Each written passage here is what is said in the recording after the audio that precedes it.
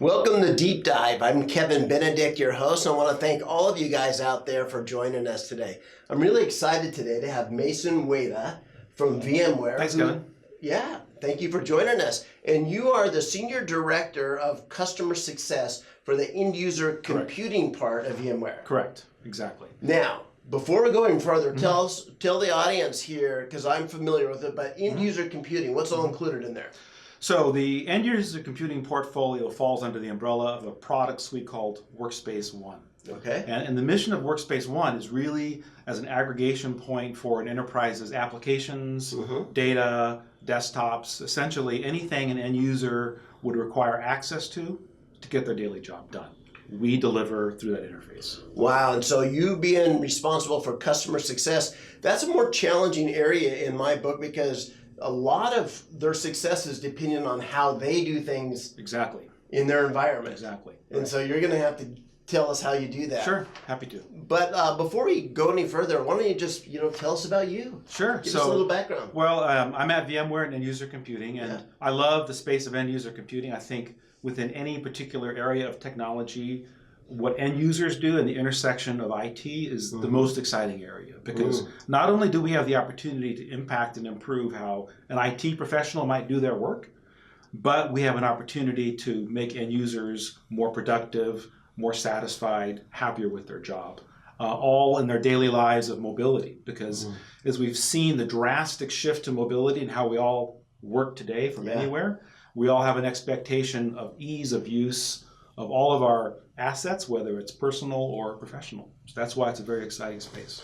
So in the Workspace ONE, what all technologies do you involve? I know there's security, there's all that. So walk us through some of those highlights of what's included in there. Okay, so if you think of Workspace ONE as a point of aggregation. Yes. So when you log into your Workspace ONE environment, you see an application catalog. Okay. Now, behind that, there's also an element of identity. So what's more important is not the device you're using, but actually who you are. Okay. And so we can map who you are with even where you are, so like geofencing, with what device you're on to provide you access, provisioned access to applications and data. Okay. If you happen to be a developer and you want access to a virtual desktop, wherever that desktop comes from, we can also deliver it through that browser as well. Okay. If you're looking for your line of business applications and you want them federated through a third-party identity provider like Okta, we can do that as well.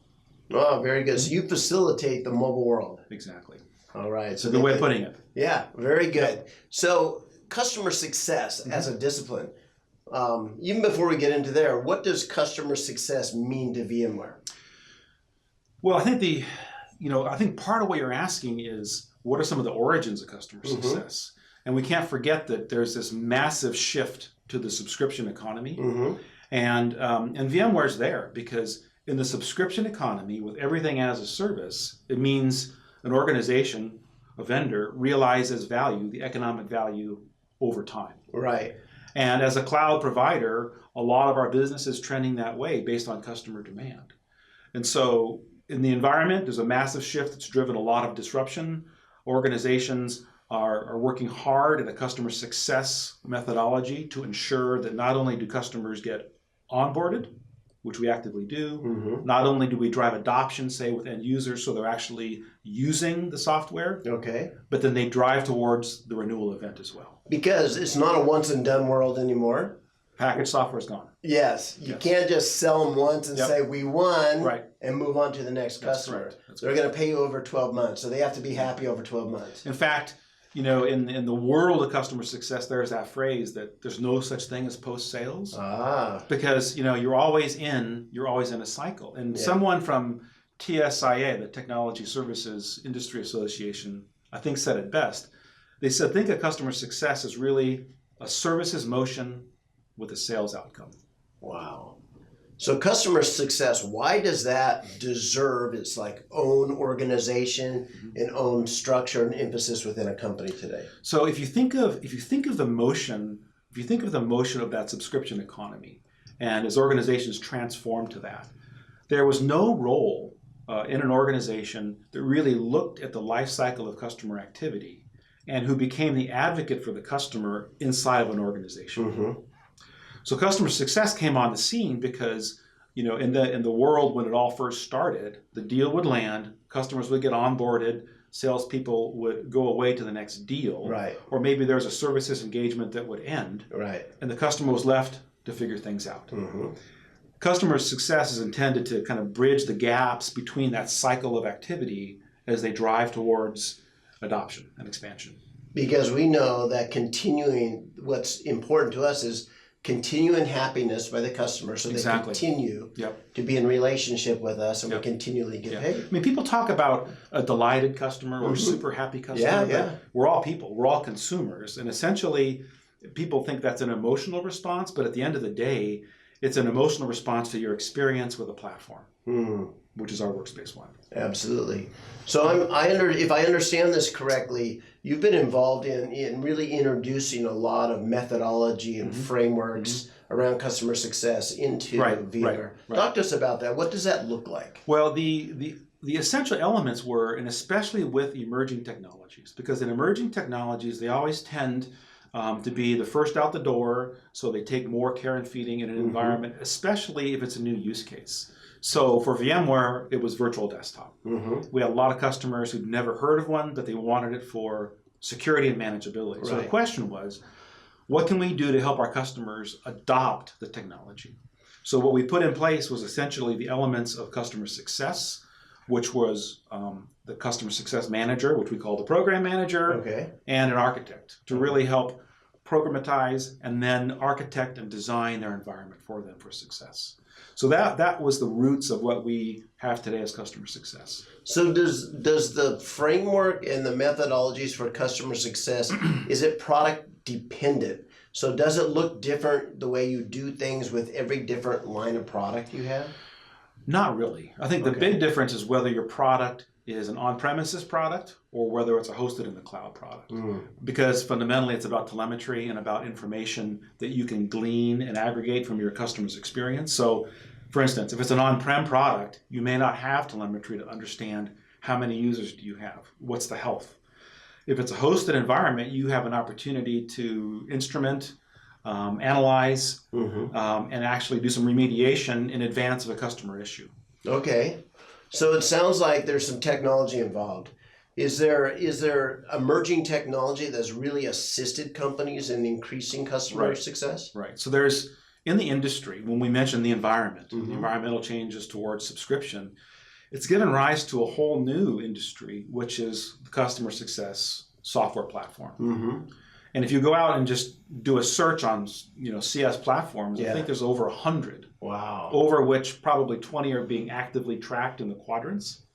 And all of those platforms are intended to provide a point of aggregation. So you can have various inputs, whether it's Salesforce, whether it's Zendesk, or whenever it's a SaaS product for instrumentation.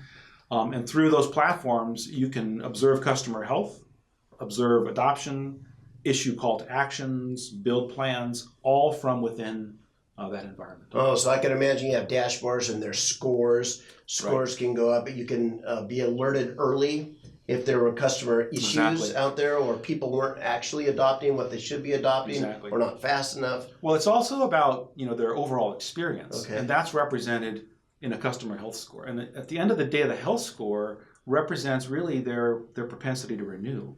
The health score can be made up of as many metrics as you want to measure, but ultimately you care about product sat, you care about CSAT, customer satisfaction overall, and you care about their trending experience with the product in terms of, say, tickets filed. And those can give you an aggregate customer score, which is dashboard represented through a platform. So these scores, how do you turn those scores into actual executive action? Well, ideally there's no surprise. Okay. And so one of the questions we often get is, what's the difference between customer success and GSS? Right. Or what's the difference between customer success and professional services? Right. So in the first case, the inherent difference is that CS is a proactive by nature. Our posture is proactive. We have a regular cadence with customers. We're aware of issues as they happen in real time.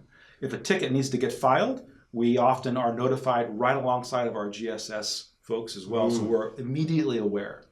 On the professional services side, after an SOW is complete, typically customer success remains in the room, aware and connected, to ensure that adoption continues and that their experience continues smoothly. Oh, brilliant. So I imagine if the customer, this whole methodology and framework not only does it have operational value and value for decision makers and executives inside the company, but it must also have a marketing value too. And you can tell a potential customer, here's the frameworks and methodology we use to ensure success. Right, right. And so our success model at VMware really revolves around most of our large customers. And frankly, it's because they tend to be higher touch customers. And if you're familiar kind of with the pyramid at the top tends to be high touch, at the bottom tends to be low touch. Low touch tends to require a very high degree of automation. It's more relevant to products that are, self-service products. Most of our products and most large enterprise products tend to be higher touch at the top of the pyramid. Oh, very good. Okay, so let's look at the future, Mason. How do you, when you look into the future, how do you see kind of the best practices around customer success continuing to evolve? At its core right now, it is a partnership between vendors and their customers. And that partnership instantiates itself in a success plan. And the success plan is the instrument we use to measure milestones, to measure critical path, to do planning and communicate with the customer. So I think one thing is the automation of that and the instrumentation of that plan in real time with our customers. So it's instantly shareable from whatever property we're on. So you as a customer can see the same success plan I do. We can co-edit it. You know exactly what I think your health score is. So there's absolutely no surprises in the relationship. Oh, I love that.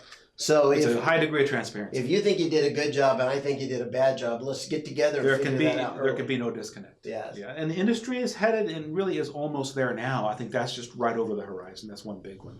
I think another one is it tends to be rooted in both GSS in the delivery of, the filing of a ticket, let's say. And the question is very, very much rooted in GSS, how it used to work, where a customer calls in, they wait in line, they describe the issue to a person on the end of the line, the person on the end of the line describing that goes into a database. And then someone looks at that and starts working on it. So that's all headed towards automation as well. And with AI and big data and machine learning, there's a huge opportunity to, in real time, watch what's happening, watch the keywords that are entered, aggregate keywords and look for trends about your product. So in real time, within the space of a few days, a product manager should be able to know, hey, how's that new feature doing? Or are we getting a bunch of calls about XYZ? Right? Oh, brilliant. And conversely, leadership would also want to know what segments of our customers are experiencing challenges at what period of deployment. So if you think about it, depending on when they call into GSS to look for support, we should be able to determine where are they in the cycle. Oh yeah, and using kind of these pattern recognitions, if you anticipate that a customer is getting up to a point that's been problematic for others, can you proactively address some of those in advance? So we should be able to anticipate what you're talking about is expansion. That's one of the four key areas. The four traditional areas are the land, which is the quote, sales event, if you will. Adoption, which is really about getting the product not only deployed or getting them onboarded into SaaS, but then also driving license consumption. So that falls under the adoption. That's the utilization end of it. There's expansion, which is what you just mentioned, which is also about optimization. It's about identifying other use cases. It's about growing numbers of users. That's the point at which a lot of customers are challenged because, hey, things work great with these 5,000 users. Let's go grow it to 10,000. Then what happens? Or let's go bring on this other line of business. Then what happens? So if we're instrumented to watch expansion, and we can see this today in our SaaS properties, we can map users over time, end user activity, monthly active users, by device type even. So we'll understand that trend very well. So you ask about the future, I think that predictive aspect of a customer health based on trends is important as well. Oh, that's what a makes sense. Yes, absolutely. It's fascinating discussion. So Mason, I want to thank you so much for sharing with us. My pleasure. And I want to thank all you guys out there for staying with us. Thank you very much. Thank you. I got a question before we turn this off, though. There's millennials out there like Justin behind the camera. Mm-hmm. They're hard to please. Mm-hmm. They're spoiled. They are. You know, they have high expectations. They have high expectations. They're technically literate. Yes, Yeah. arrogant. Very impatient. Yeah. Immature. Sometimes. Yeah. So from a customer success point, how have you seen, customer success? Do you have to look at like ages? Do they have are they harder to please like Justin here when they're a millennial than if they're somebody else? You mean from a customer perspective? Yeah. Would VMware have a harder time getting high customer success numbers? No, you mean if only millennials were there? Yeah. No, I don't think so. Okay. So because in the world of IT... Have you seen Justin, though? No, I guess I haven't. Okay. In the world of IT, we deal with some of these big brands, as you know. I mean, it's a fast-moving work stream, and they're not there. I mean, they're not there, because they are unassertive.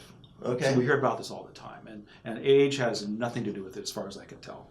When they're concerned about something, I hear about it. Okay. When they're not, I hear about it. So it's not harder to please. I don't think so. Okay. And I think that what I thought you were going to ask is the role of the CSM. Because one thing we didn't talk about was what's going on in the industry overall. Yeah. And I looked, and right now there's about 60,000 jobs with CSM in them. 60,000 people. So customer success managers. Yeah. Okay. Or architects or big data, whatever. Okay. But if you were to go to LinkedIn today, right now, there are 16,605 open jobs with CS in the title. Interesting. In the U.S. So, in the U.S. So if this job doesn't work out for Justin, then there's a lot of openings in customer success. It's big. It's big. It's big. All right. Thanks for sharing this, Mason. Thank you. Thank you, guys.